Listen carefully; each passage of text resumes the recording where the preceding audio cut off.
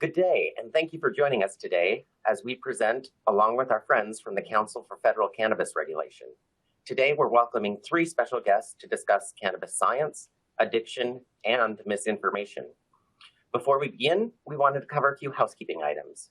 If you have any questions during the webcast, you can submit them through the Q&A widget at the bottom of your screen. Your questions will only be seen by the presenters. We really encourage this audience participation because a lot of you have a lot of knowledge to share, and this makes the webinar more interactive. You can also see answers to common technical issues located in the help widget at the bottom of your screen. And with that out of the way, I'm Jack Jacobson, and I'm an advisor at Thompson Coburn, and I'm one of the Council for Federal Cannabis Regulations advisors. To start us off today, I'd like to welcome Deborah Johnson. Deborah? Good afternoon, everyone. I'm Deborah Johnson. I'm the Executive Director for Council for Federal Cannabis Regulation. We're all excited about today's guests and the topic, so let's get started. And I'll reiterate what Jack just said. We really do appreciate a lot of questions and your participation in the webinar today. We'll try to get to as many as possible. Please use that Q&A widget to ask your questions. There's a chat function as well, but use the Q&A widget to ask the questions of the presenters. So to kick this off, I'd like to introduce some of our speakers. We start with Dr. Tiffany Buckley. Dr. Buckley established the first comprehensive clinical pharmacy services in 8 inpatient units at Clifton T. Perkins Hospital Center. Dr. Buckley, would you please continue introducing yourself? Hello, everyone. It's such a pleasure to be here today. I am a board-certified psychiatric pharmacist, and I also have the pleasure of working at the University of Maryland School of Pharmacy in our first Master's in Medical Cannabis program. So I administer various courses within that curriculum. So I'm constantly developing new courses and teaching people about cannabis. We're thrilled to have you with us, Dr. Buckley. Thank you. I'd also like to introduce Maureen Fitzpatrick. You do not see her on video today, but she is participating in this panel. She is a family nurse practitioner at Fells Point Cannabis Docs. Ms. Fitzpatrick, will you please continue introducing yourself?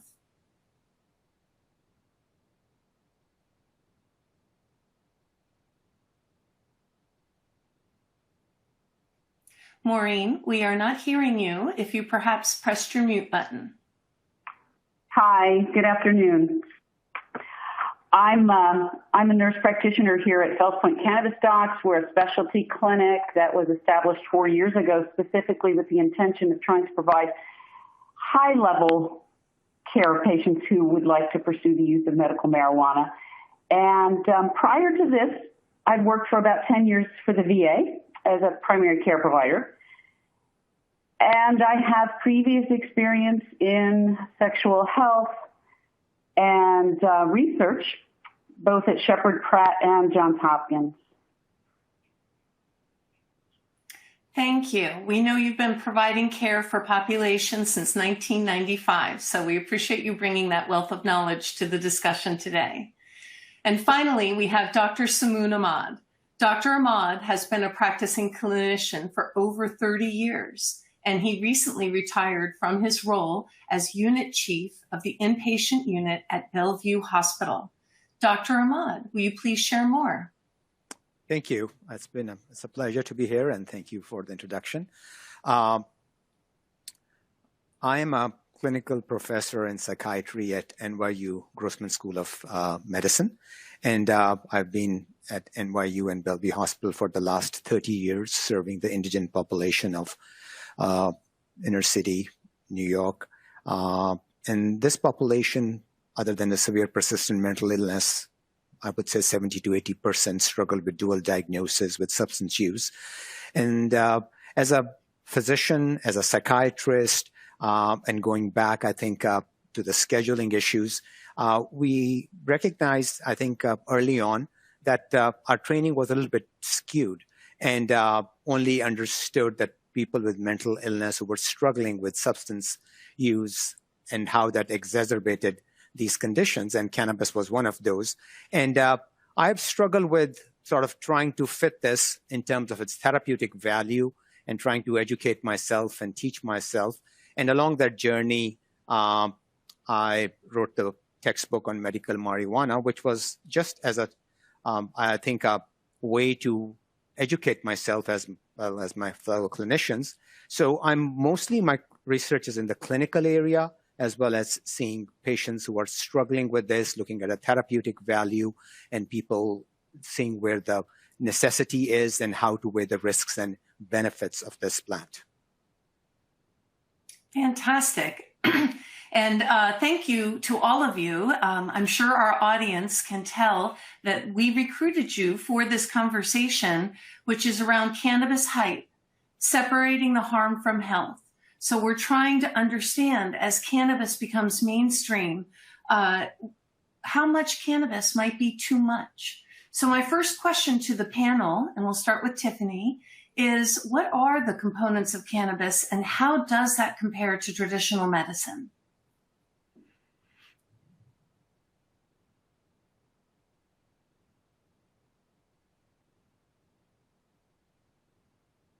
Tiffany, if you're speaking, you're on mute.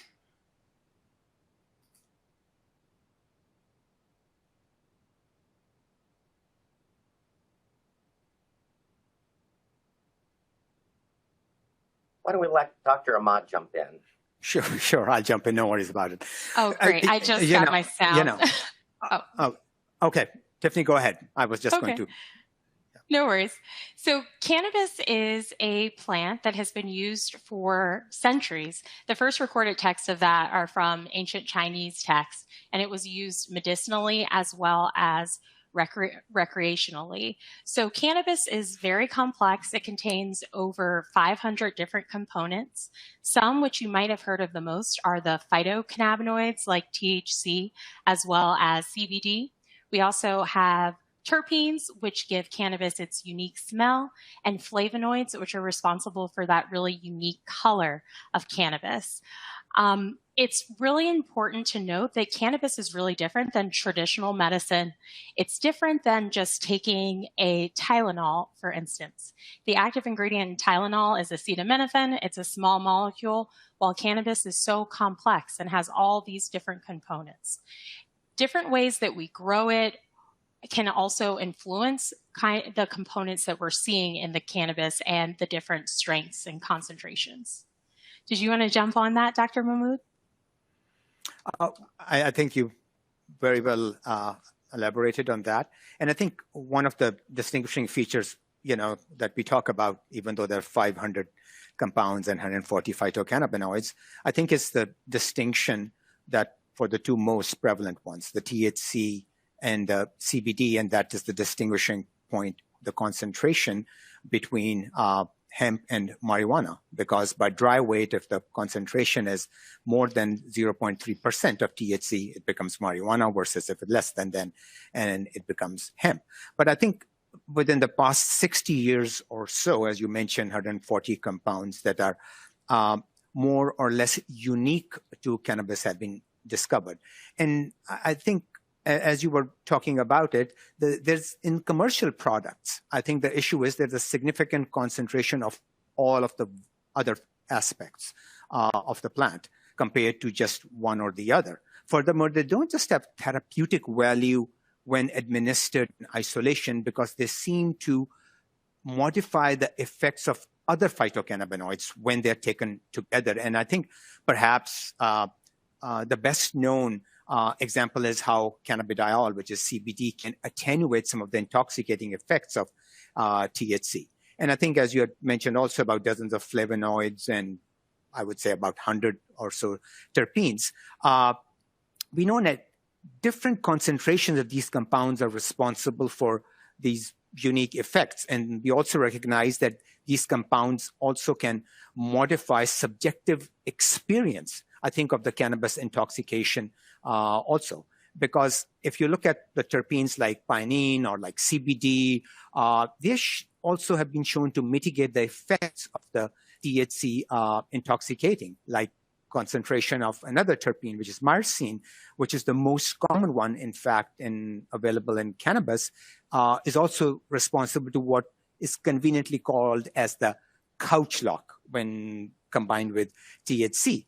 However, myrcene by itself, which is like in mangoes or lemongrass, doesn't cause couch lock. You can eat as many mangoes as you like, but that's not going to have that. But I think the most important is when we look at these compounds, is what we call is the synergy between the THC, the CBD, the cannabinoids, the terpenes, the flavonoids, is the entourage effect. And I think as we move forward in science and we do more and more studies, I think, in my opinion, it would be the relative changes in concentrations and up and down. I tell people that sometimes if you look at this musical component called the equalizer, which increases the bass and the treble, you can think of actually the plant of the cannabis with all of these different ratios and concentrations. And just altering those can have potential extreme therapeutic benefits versus looking at some of the intoxication or other adverse effects. And It is Maureen, important to note, though, that a lot of the information about terpenes and flavonoids and all the effects that those have within cannabis, that still needs to be determined a little bit more. The evidence is still very, very new in that area, but there are studies coming out on it every day. So we can kind of put our finger on more what's going on with the plant.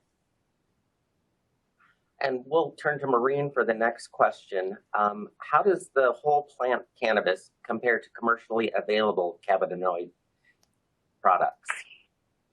Well, that's interesting, and much of what we've already discussed kind of points to the complexity of a whole plant product flower as compared to the products that are available at dispensaries. Now, oftentimes flower is available in various forms, but it's complicated more and more these days because of much of the industry going in the direction of trying to emphasize THC content over other components.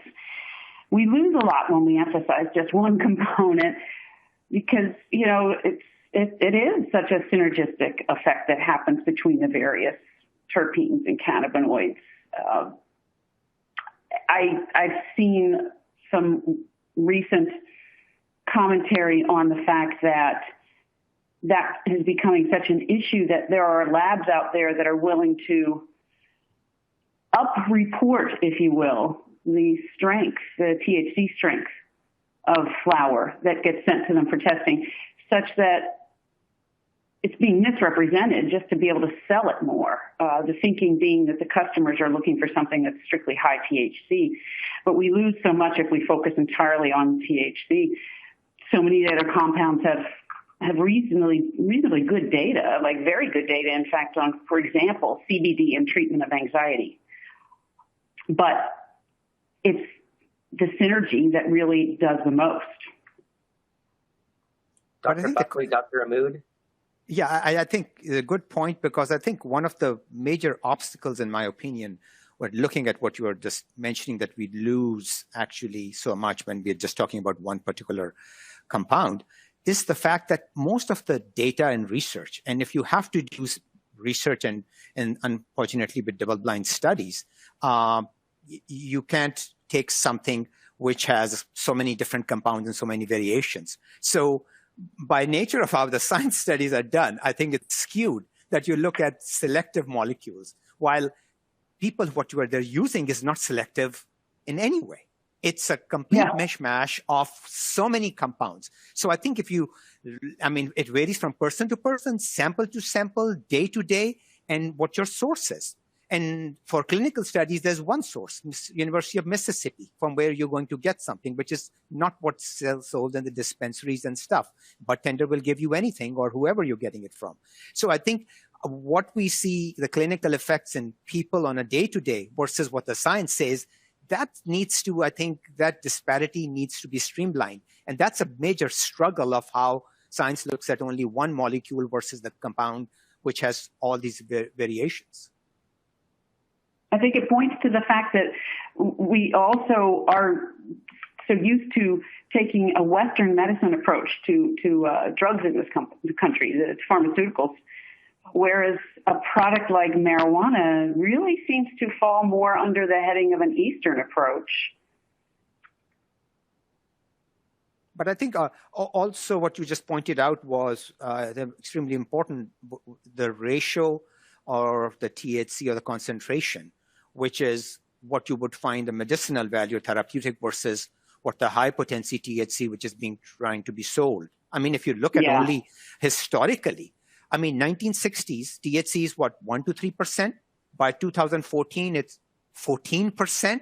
Actually, and it's gone up to 30. And if you look at what we call as shatter or glass or wax, 80 to 90%, which is another story of what some of the psychiatric aspects and issues with that one. So I think I'm not saying that necessarily concentration is bad, because for thousands of years, different regions have used cannabis of all different potencies. But I think as the ratio and concentrations have increased, concentrations of this, we really need to keep that and sort of see who's using what and for what purpose, and particularly even among the age groups, what impact it has.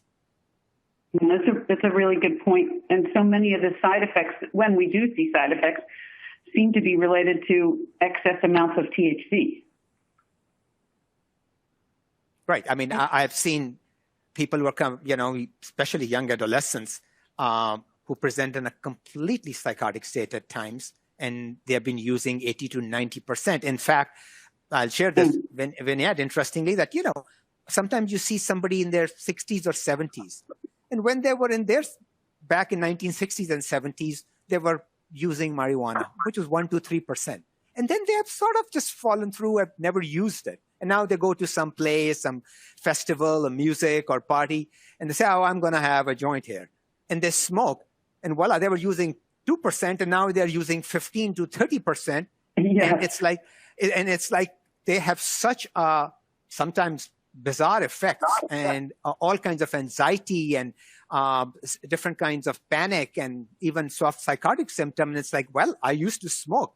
And the point is, you used to smoke, but not 14 times of where it was.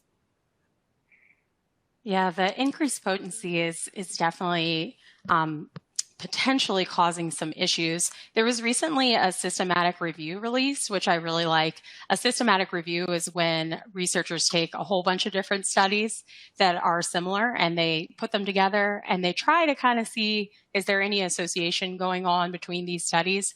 So one was done looking at cannabis, comparing high potency cannabis to lower potency cannabis and looking at outcomes in terms of depression, anxiety, psychosis, as well as cannabis use disorder.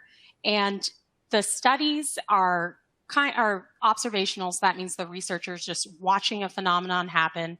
There's a lot of variables that aren't controlled, but what they saw was that higher potency concentrations of that cannabis increased psychosis as well as cannabis use disorder. So it's a little more difficult to tell about depression and anxiety. And granted, there are lots of limitations with this study, but I think it's really important for us to know that we need to at least look at that some more, figure out why we're seeing these associations and what's contributing to that, and figuring out what we can do to prevent harm, because we are seeing people have some harmful outcomes with the higher potency cannabis. Now, there are situations where people have positive outcomes, sometimes with chronic pain. They show that there is a benefit with a little bit of a higher potency THC for that, but it's just important for policymakers and consumers to know that the cannabis that is available now is not the cannabis of the 1970s. No, I think definitely building on the data, I think it's extremely important for the audience to recognize, because what you're saying is from the policy perspective, to look at these things, because knowing your data is extremely important. And there is also analysis done by Mahmoud Al-Soli looking at the ratio of THC to CBD, because CBD tends to negate some of the intoxicating effects of THC. And what they looked at was they compared the 2009 to 2017 of what the sort of ratios have increased. And back in 2009, which is not that actually, the ratio of THC to CBD was 25-1. And in 2017, 105-1. So Wow. you can just look at 4 to 5 times. Yeah, it has gone up.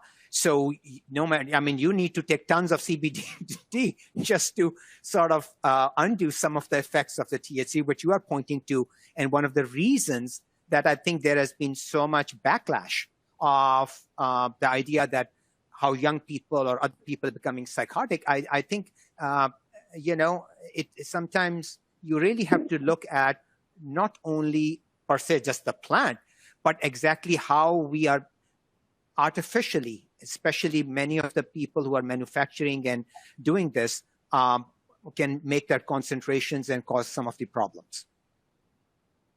So let me ask on that. When we say problems, with this sort of metamorphosis of THC over time, or the plant as a whole, the flower as a whole over time, can that lead to addiction of cannabis or addictive habits? So that is still very difficult to say because there are lots of limitations with the cannabis research, which we can talk about in a little bit. I see there's a question about that too. So thank you so much for that. But what we tend to see when you look at the evidence is that there is, with the increased potency of this THC, there is an increase in the chance that someone could potentially become addicted to cannabis just from observational studies that have been done. Back in the day in 1992, some of the data suggests that about 9% of people who utilized cannabis would go on to have some form of dependence. But now we're not necessarily sure what that looks like because of the increases in the potency of cannabis. So there's some interesting research areas there for people who want to try to explore that relationship with potency and dependence even more than it already has been done. Because as I kind of touched on before, there's not really that much solid data out there on it. Right. Definitely expanding on that, I think you're right. Absolutely. It's a very complex, because I think to understand first, you really need to understand what is addiction and what the use disorder is, because there are so many sort of criteria that you need to fulfill, and out of 10 you need 2 or so, and basically even with very minor issues you can label someone. But can cannabis as such, particularly high potency, lead to addiction? And theoretically, and looking at some of the data, as you point out, it's murky. It can, but like alcohol, it's important to understand most people who use cannabis do not develop an addiction. But there's a subset of cannabis users who can develop that addiction, or we call it cannabis use disorder, in which their frequent use can lead to what you call problems in multiple spheres of their lives, such as work, school, relationships. So I think the simple definition of addiction, which is repeated use despite harm. But I think we can also look at the DSM-5 definition, which is by tolerance, by withdrawal, symptoms such as anxiety or irritability, difficulty sleeping, and other host of psychosocial factors that are there. So I think, it involves issuing some of the responsibilities while using or pursuing cannabis. So estimates vary. I think you are very right that at one time it was 9% of the users sort of looking at for cannabis use disorder. But at the other end, it goes to 30%, in some people. And so it is such a wide variation. And for younger people, I think it's important. The proportion is slightly higher, which is about, if my memory serves me right, it's about 1 in 6, or about 17% young people who use cannabis, particularly the high potency, can develop cannabis use disorder. And from a clinical perspective, I have to say, though, the fact that only 1 in 6 will go on to develop, I don't think is comforting for especially the parents or clinicians, considering so many of the other things that can go wrong, particularly in adolescents and young people with hypotension? Yes. I think it's worth mentioning also the topic of gateway drug, which for many, many years was presented to the general public as marijuana is the gateway drug, when in fact there's no research to really back that up. Any drug could be a gateway drug. Any substance could be a gateway to substance abuse, and that's not really. It's a unfounded claim that marijuana is the problem. Well, that sort of leads into the next question, which was an audience question submitted ahead of time. How do you create an intentional cannabis practice, and how is it possible to tell if someone will form an addiction or seek additional drugs as a follow-on? And Maureen, do you want to just start since we're already in your corner here? Well, yeah, it's actually a good question for us at our clinic. I mean, it was established very intentionally to be specifically about serving the needs of patients. I mean, in Maryland, many of the larger institutions, the large university medical centers, they don't allow their providers to prescribe medical marijuana to patients, and it's simply not accepted. So the people who established our clinic, that was exactly the situation one of them was in. She is a gynecologist who works with a lot of patients who have pelvic floor disorders, and came to realize that medical marijuana was very helpful for her patients, but she was, handcuffed, so to speak, by the institution. We tried really hard to provide the education that people need to help prevent some of the side effects, help reduce the likelihood of overuse. But we still see a lot of this. There's these patients who will come back again and again asking for increases in allotments. I think while we have the fears about older people not understanding how strong this is, my concern is more the younger people who don't understand the potential harm that's there. And really that's up to us as providers to educate them on an appropriate use and medical use. We know, for example, that excessive levels can actually worsen pain. And that's just one feature that we can try to explain to people. And we know that tolerance is a real thing that people will encounter. It's pretty normal. But a lot of our patients don't understand that. So the whole point of being intentional about this would be from the get-go, understanding that people need to learn a lot about this, even if they think they already know a great deal about it. I think that health literacy is such a big concept around this. So health literacy is the ability that people have to find, interpret, and use health information. And with medical cannabis, it's been shrouded in so much misinformation, especially since the war on drugs. There's so much stigma around it. People just don't know very much, except they've heard in school that cannabis is bad.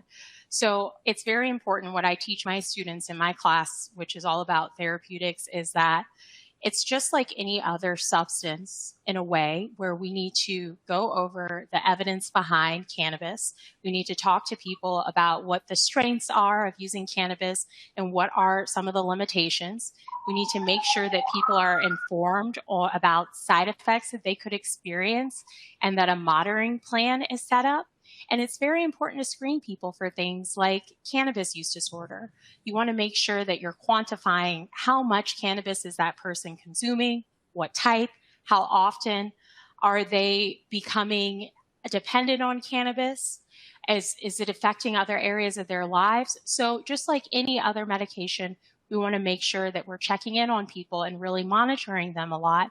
And I feel like that's a huge problem with the cannabis industry, where people get certifications and then they go off to the dispensaries. They might not get that knowledge that they need, and then they're out there on their own on the internet trying to interpret what is going on.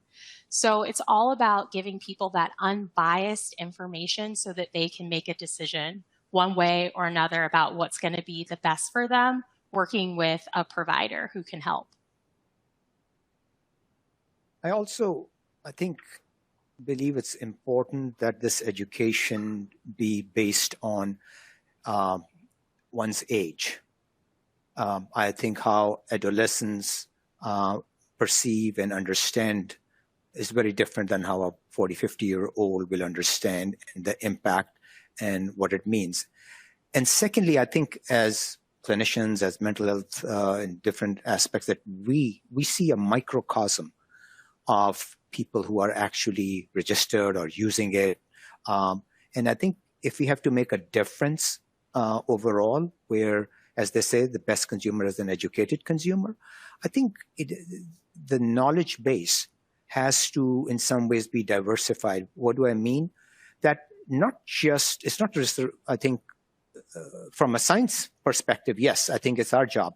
But I think at a more of a grassroots level, where people trust the information that's coming to them, they trust the people who are giving it to them. And that can be in schools, that can be in gyms, it can be in daycare centers, it could be at different places where people in their respective communities and leaders who can be given different sort of information and booklets and brochures and information that can be distributed widespread in the community at that level. I think it can go a long way, just like with smoking, it's been such a difference. And I think if we take that approach, in my opinion, and preemptively try to educate and do this, I think the therapeutic potential then will outweigh the potential risks in many ways, because we'll be able to educate people and there won't be a backlash as such of people running amok and becoming as psychotic with high THC. And that's a really good point. I mean, I've run into this sense of quite a bit, and I see it on social media. We're up against the misinformation that's been given out for so many years in the war on drugs, that this is so dangerous. And as recently as 2 weeks ago, during a congressional hearing, one of the congressmen took the time to talk about the high rates of overdose death in this country. And as if that had anything to do with marijuana. So, we're running up against that kind of thing. How much trust is there for us if young people are hearing things that they know are just questionable? So on this note, let's put it into some context. Dr. Ahmad, how much is biology and how much is environmental context? Help us understand some of that. You mean in the context of cannabis use disorder? Yes, correct. Okay. So I think, the use disorder, as I think Tiffany has elaborated and has been discussed before, there's so much, number one, from the perspective of the plant as to what you are using, how frequently you're using, what you're predisposed to, what are your genetics in the first place. People who have a family history are more likely to become addicted. If it's being used at a high potency with high frequency, you're more likely to. And at the same time, your environment of the people you are with, and that makes a huge difference. But I think one needs to also take into account the comorbidities many times that exist. People who have been using other substances, for example, or using pharmaceuticals are addicted to them, are more likely to become addicted rather than somebody who's using other casual. And, going back to my history of why I became so interested in this, I think is an important point because it relates to what you are saying is working in an inner city hospital where you're seeing severe persistent mental illness, like schizophrenia or bipolar or other conditions, and heavy use, or even, if even not heavy use, the use of cannabis, how their lives were impacted and how my training was, I just viewed through that very narrow lens to see, oh, this is causing this problem. And rather than an association, I was looking at a cause and effect relationship in that way. But what I started to in the last few years last decade, I should say, begin to see more affluent people coming from well-to-do places in my private office was these people are using as well, but why aren't they struggling with the similar kinds of problems and issues that other patients are suffering that I'm seeing in my city? Many times the conditions are there.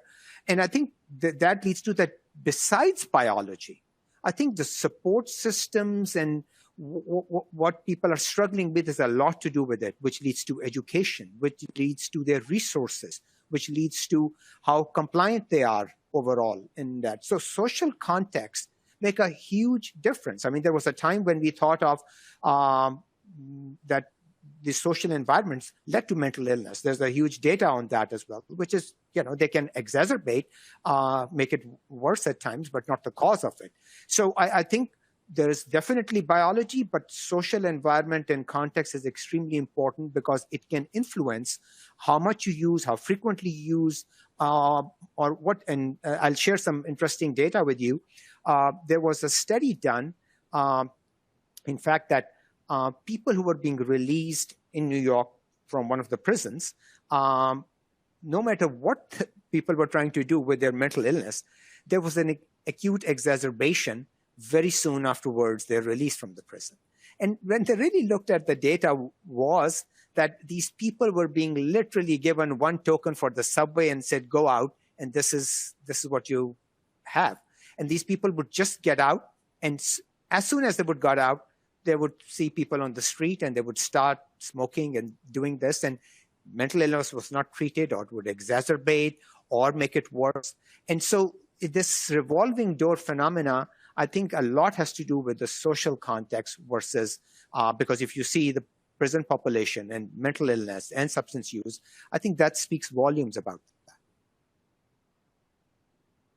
It's interesting that I've seen so many patients in my practice who have PTSD after having been released from prison. And most of them didn't, they make it to our clinic and get some help, get referrals for mental health, that sort of thing. But this isn't happening policy-wise. It's not happening where it should happen. Because I don't think the resources are there. There was a study done out of VA in Austin on 68,000 veterans. It's a huge study. And they were comparing those patients to sort of other clinics, mostly private and other clinics, and looking at why are these patients relapsing so quickly and coming back versus the other ones. And one of the main things was that they were seeing was that the comorbid substance use was not addressed. There were not resources there. They were just like, okay, you're going to take your haldol-decanoate and that's about it, but no other pieces of the puzzle to prevent and protect them from, relapsing in that arena were put in place. So I think the social context and resources have a huge influence. And I think if we can make a difference there, and that's part of the education that we have been, I think, discussing, and I think which leads to policy making. And so I think they're all related. Thank you, Dr. Ahmad. That actually helps us pivot nicely to research and Veterans Affairs. And Maureen, you'll be up first. So we had a question about whether the federal government's investing money in cannabis research. So I know there's some veterans bills out there that would do that. If you have any knowledge and would like to speak to that, but also if veterans cannot access opiates, are they being directed to cannabis? And how can folks transition from traditional pharmaceuticals to cannabinoids? Well, the VA, like most systems, has been deliberately trying to reduce the use of opiates. Unfortunately, we often have patients who are on opiates long term and they have chronic pain. And we know that opiates are not the best way to treat chronic pain, but we didn't have a lot else to offer, particularly the VA. VA providers are not allowed to prescribe medical marijuana because VA providers are federal providers. They're not, they're under the federal umbrella, so they have to follow federal law. State laws don't get to trump that. So there's that block. I do know that they are not prevented from advising their patients to consider looking into medical marijuana. The VA people can't provide it or certify for it, that is. But there's nothing stops them from saying, well, yeah, if you're interested in this, why don't you go ahead and pursue it? That's another piece I think that can get lost in the shuffle at the VA. Legally speaking, people worry, oh, am I allowed to say these things? And you're not certifying anyone. You're not giving anyone marijuana. You're not doing anything against the law by simply talking with them about it. So what do you do when you've got patients who are on these high-level opiate doses and you're trying to wean them down? What are you going to, you take the crutch away. What are you going to give them to stand up with instead? Sometimes people find that medical marijuana can be a useful adjunct in weaning off of opiates. I've seen a lot of people successfully use other Suboxone, for example, but that doesn't mean that they can't also use medical marijuana as an adjunct. It certainly helps quite a bit with anxiety, and side effects of Suboxone can include some things like anxiety. If you can temper that with a high CBD product in order to help treat the anxiety, that's very effective. I have several patients who have successfully altogether gotten off of opiates, stopped several prescriptions, even more than just opiates, Lyrica, gabapentin, a lot of pain medications, simply by using medical marijuana responsibly. As far as research goes, I know that there are several organizations, veteran organizations, who have been pushing to change marijuana policy. There are certainly a need for that. The PTSD levels in veteran patients, there's a very high prevalence. And that's something that we know there's no prescription FDA-approved drug that works on PTSD. So we don't have a lot to offer them. Talk therapy is nice, but it still doesn't do much to help people achieve any kind of improvement in a meaningful way. So using something like medical marijuana is a nice alternative. Other hallucinogens are being studied as well, and ideally the federal government policy would be towards the research would be able to include that.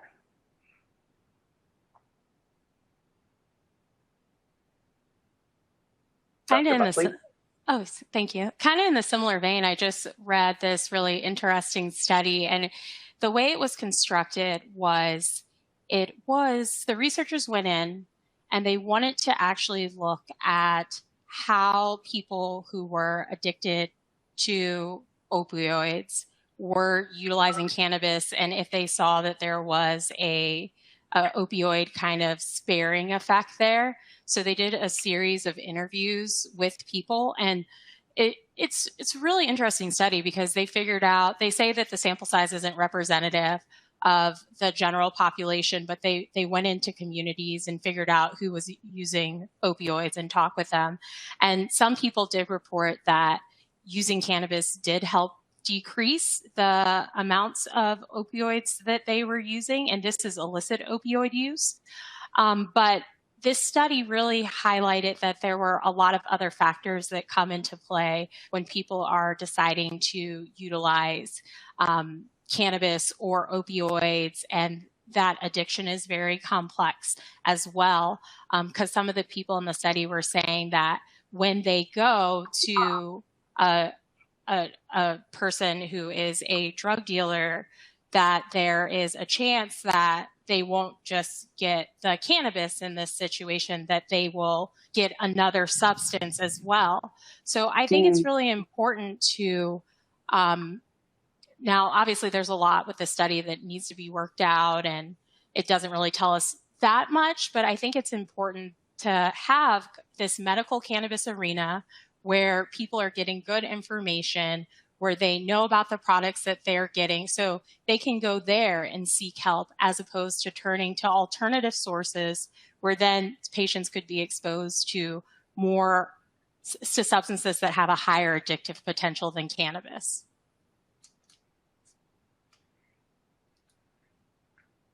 Thank you. So I just want to give a brief reminder that we are in our last 15 minutes of this conversation. If anybody has any questions to be asking, please submit them. We've received a couple of fantastic ones. I'm going to just put it out there for the panel to discuss. There is a cannabis I'm not even going to say it properly. Hyperemesis. Hyperemesis, yeah. Syndrome. Can you all describe this and discuss that syndrome for the audience, please? Well, that's a condition that until very recently. Oh, sorry. Go ahead. Go ahead. Fine.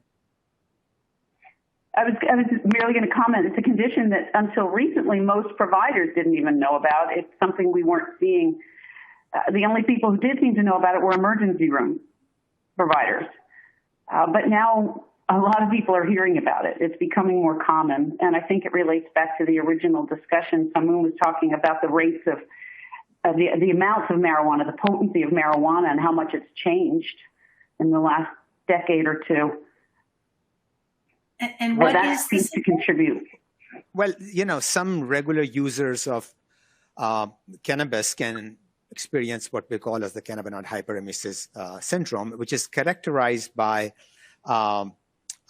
cyclic vomiting in the setting of high-dose cannabis use. That is frequently associated with, and these people, when they're having this effect, use compulsive hot baths or showers in order to control their symptoms. And believe it or not, they're looking at the numbers. I think it's close to 2.5 or 2.75 million Americans suffer from this cannabis hyperemesis syndrome each year. And the pathophysiology is sort of unclear, but the evidence suggests that there is sort of a dynamic relationship between the metabolism or the cannabinoid metabolism and the pharmacodynamics, which means how the cannabis goes and occupies the CB1 receptor and what it does to it. That's what pharmacodynamic means. So this CHS or hyperemesis syndrome is usually seen in the setting of chronic high potency cannabis use. And patients often describe taking this, compulsive bath. But fortunately, symptoms abate when users abstain from using cannabis. So, I wish we knew more about it, but more or less that's the basic premise of CHS. And it's unclear, I've had some patients who've been diagnosed with it. Can they get back to using medical marijuana at a moderate or low dosing? That's unclear. Yes and no, because we have had patients in the emergency room in the psych where they've had this, and some of them have gone back to and some actually have relapsed and came back within 24 to 48 hours back with similar symptoms.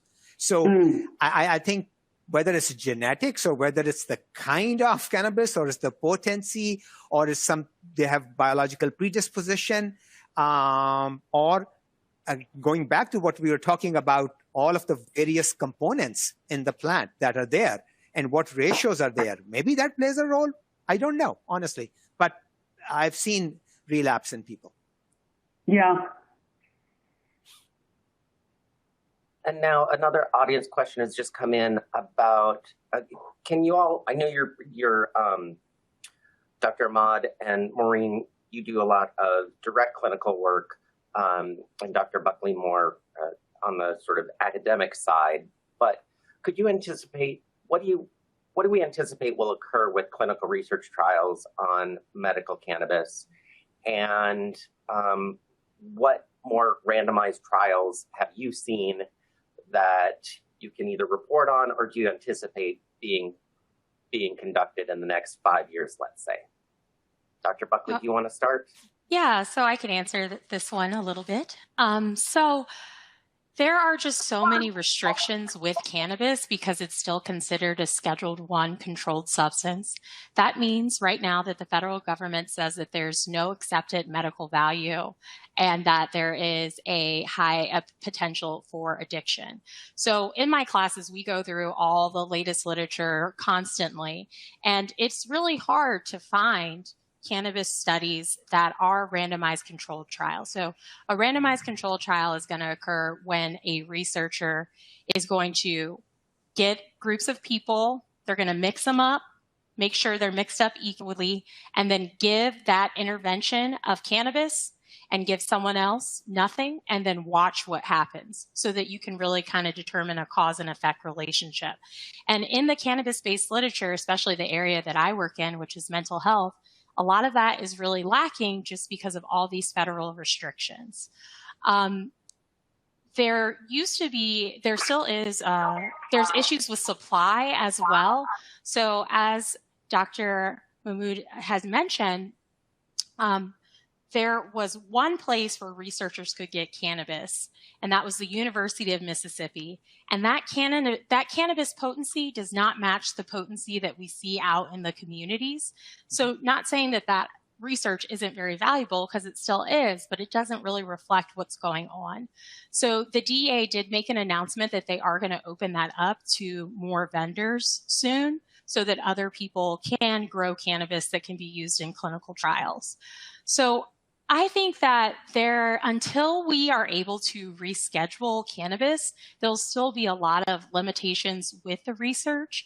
I did see the CDC was just calling for research proposals, looking for information about social determinants of health and cannabis and opioids and other substances that are considered illicit, like alcohol. So hopefully research calls like that will mean that more research is done in the area. But that research too in itself seems to be focusing a little bit more on the harms as well as treatment instead of treatment. So what we're really interested in is treatment. So it's really important for us and people who are interested in medical cannabis to lobby and to try to get the scheduling of cannabis changed so that research can be opened up and we can truly figure out the benefit that is with this plan. I mean, people have been using it for so long for recreational as well as medicinal purposes. So there has to be some value there. But in order for us to truly find that out, like scientists, in a systematic way, there are going to have to be some changing of regulations, in my opinion. Thank you. Dr. Ahmad or Maureen, anything to add there? Well, I think you've elaborated so well, eloquently. And I think it's like chasing our own tail, which is if you really want to have a discussion for policy, it's data that leads to policy change. So when you go to have a discussion on the policy, the first thing is, well, show me the data. And it's like, well, there is no data. Well, why isn't there data? Well, because it's a Schedule I drug. Why is it a Schedule I drug? Well, because we haven't been able to show anything else, because there's no clinical, as you pointed out, any studies done. So there are no clinical studies. There is no data. You can't reschedule it. You can't reschedule it because there is no data. It's just cyclical. And I think somebody needs to wake up and sort of realize you got to pick the cord at one end and try to make a change and a difference, because otherwise I don't see any potential change here. And I think we will continue to struggle on a state by state. I mean, if you look at the indications, there are total about 108 indications, but they're not 108 indications in every state. Every state has different, and every state comes up with its own formulation, and you can use it in this way and not that way. We are lucky in New York, where it's like whatever the clinician feels is appropriate, you can use it in that, rather than being subjected to a list of things in that way. But not every state is that way. So I think it's a very tough call to to make right now, especially at the policy level, because data will not happen unless there is more clinical information, and clinicians have to jump through hoops at this stage. And it's very difficult unless you're in a huge academic institution with plenty of background and people helping you to do research on this. Yes. Largely the research on pharmaceuticals in this country is funded through pharmaceutical companies. I don't I don't anticipate them advocating or lobbying to make this research possible, because I don't see that they're going to really be able to take advantage of the opportunity. Right, but I don't want to put the companies that make money off marijuana on the spot. But needless to say, just like pharmaceutical, I think if companies are making good amount of profit, I think they have responsibility also to then give money for the research and to have some influence and do this. I mean, it's time to go give back to the community and to science if you are making money off it. So, of course, we here at CFCR look to inform our government through the collection of data and research and studies so that we can make foundational decisions regarding the regulations of this industry. So we certainly support and look to gather the information that is out there. And certainly other countries have managed to do very many studies, not being bound by the same issues that we have here in the United States. So we are running out of time, but I would like to quickly do a round robin of each of the panelists with your 1 minute. Any last thoughts that you were not able to share during this conversation? Dr. Buckley, if we could start with you on sort of any wrap up you have. Thanks so much for having us here today and listening. I think it's just important to know that the evidence around medical cannabis is murky, and we've talked about some of the limitations of that, but that doesn't mean that there isn't necessarily a therapeutic potential in cannabis. So we need to keep fighting to make sure that we can study it properly. But for patients that are using it now, it's important for them to understand the risk of cannabis and how limited the evidence is, but also know that there might be a benefit for them if they're utilizing it in a way that prevents harm. Dr. Ahmad?